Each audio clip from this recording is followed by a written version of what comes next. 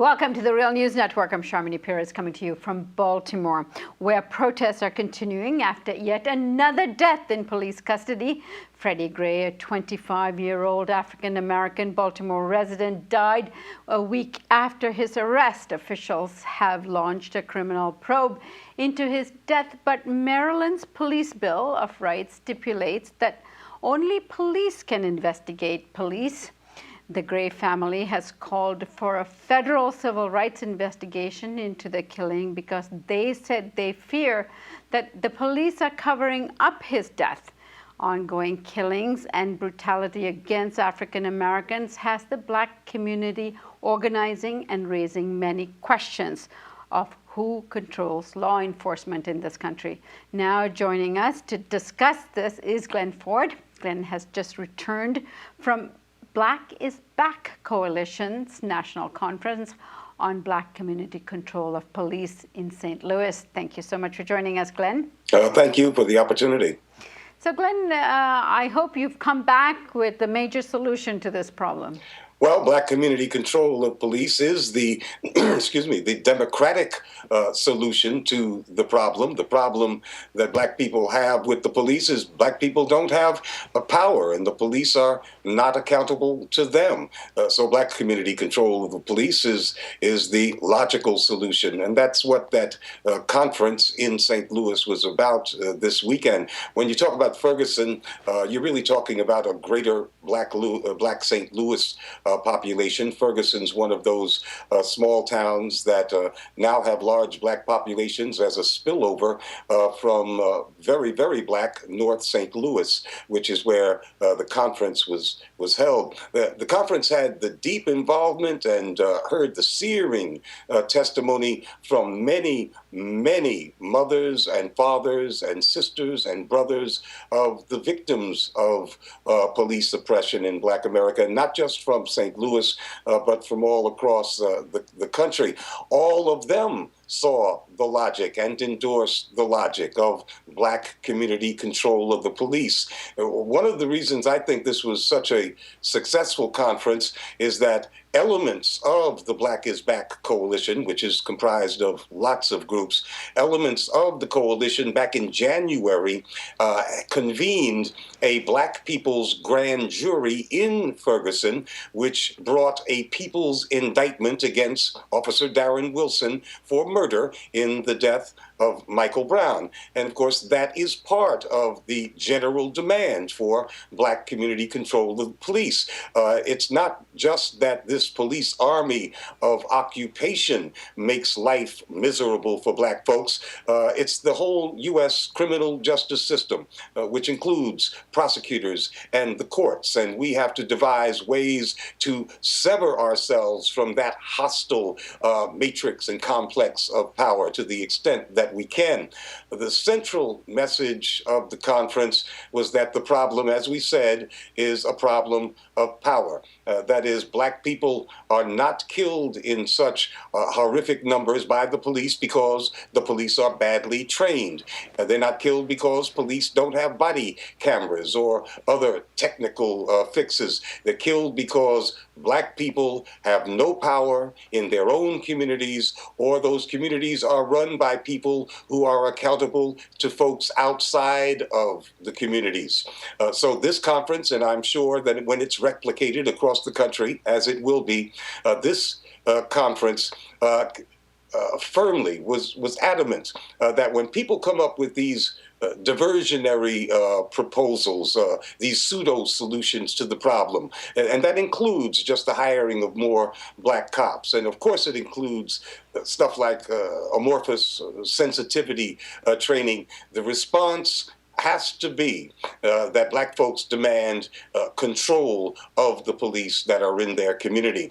There was a working group within the coalition that drew up sample legislation that could be used for resolutions by local city councils to demand Black community control. And there are parts of that resolution that geographically delineate what where the black community is. You can't just say black community control without saying what are the boundaries there. So that's the kind of thinking and working that's already underway.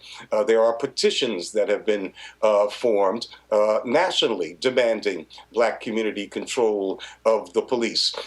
It was certainly by acclamation accepted that there should be universal cop watching. That is, everybody ought to be watching and videotaping the cops, making a record of their behavior. After all, that is how the Black Panther Party for Self-Defense began back in 1966 in Oakland, California. They were a cop watch, and they identified the police as an army of occupation in the black community, and it was true then, and it's true now, and black folks are responding finally to that reality. Now, Glenn, describe for us more what that looks like in terms of a model for policing, controlling the police. Well, it can have many different ways of coming into being. The conference was very, very careful not to try to make some kind of cookie cutter approach to black community control of police. And there's a basic reason that you cannot do that. None of this comes about through the proceduralisms of our bourgeois go to the polls every 2 or 4 years to vote democracy. We're talking about a confrontation with the state as it now exists. And everybody who's an activist understands that the openings that need to be made involve the seizure of power by people on the ground, the creation of crises that are so difficult, so painful for the rulers to bear